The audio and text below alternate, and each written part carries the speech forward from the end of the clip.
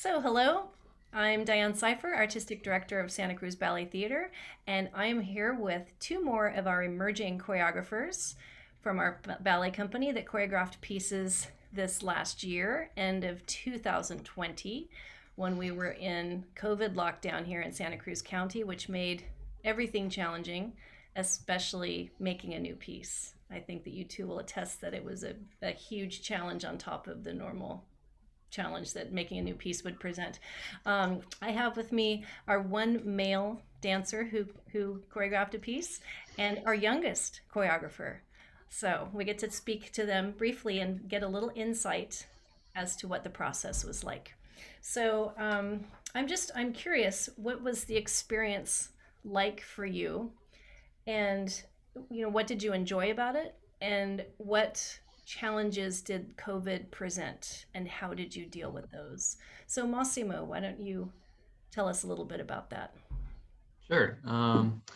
So some challenges, of course, were just lack of contact with other dancers. It was difficult to sort of keep things original without, partnering or just like getting close to each other. Oftentimes, in order to sort of combat that difficulty, I would just essentially think of different canons and formations that would essentially look good, that would also spread us out. Um, that's some of those problems that I overcame during that. It was especially difficult at times to schedule when and where, since some dancers couldn't make it, especially like on our filming day. Um, and also just dancing in sneakers is never easy, especially on like a slight slope in our dance studio driveway. Yeah, and it rained the day you filmed, didn't it? Yeah, it started to rain, which I thought would be a minor inconvenience, but being actually I ended up loving it at the end because during the filming it created this really good reflection on the ground of the parking garage, which gave a lot more depth into the dancing, which I really liked. Nice. Great. Well, congratulations to you. I think your piece was really fun. And I really like the way that you just moved it from our parking lot to that parking lot. That was very, very cool. Okay, thank Thank you. you. Good. So, Ruby, how about you? Did you enjoy choreographing, and what challenges did COVID present to you? Yeah, I really enjoyed being able to just choreographing in general and then also being able to show something and then see how it came together with everyone and how it looked. It was definitely difficult being outside for rehearsals, but it also kind of helps because where I chose the place to do it, it was outside and on concrete, so it kind of like prepared everyone for that.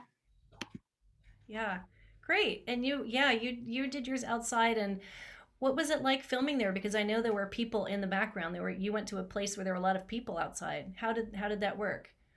Yeah, it was really difficult. There was this a bunch of people that would go through. So we like while we were doing it, even though we were saying like don't come through, we put like a string up, but they were still coming through, and it was like we had to redo it like a bunch of times.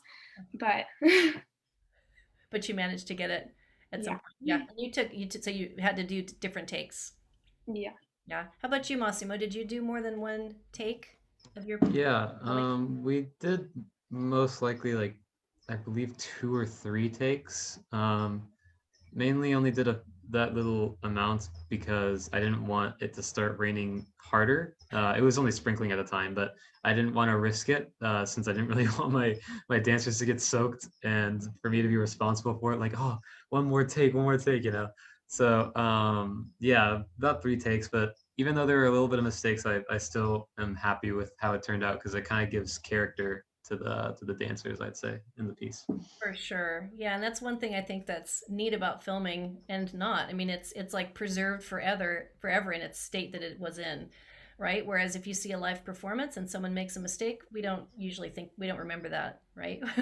But now we'll be able to see if there are mistakes. I didn't notice any mistakes, so good job. But yeah, it'll be preserved forever like that.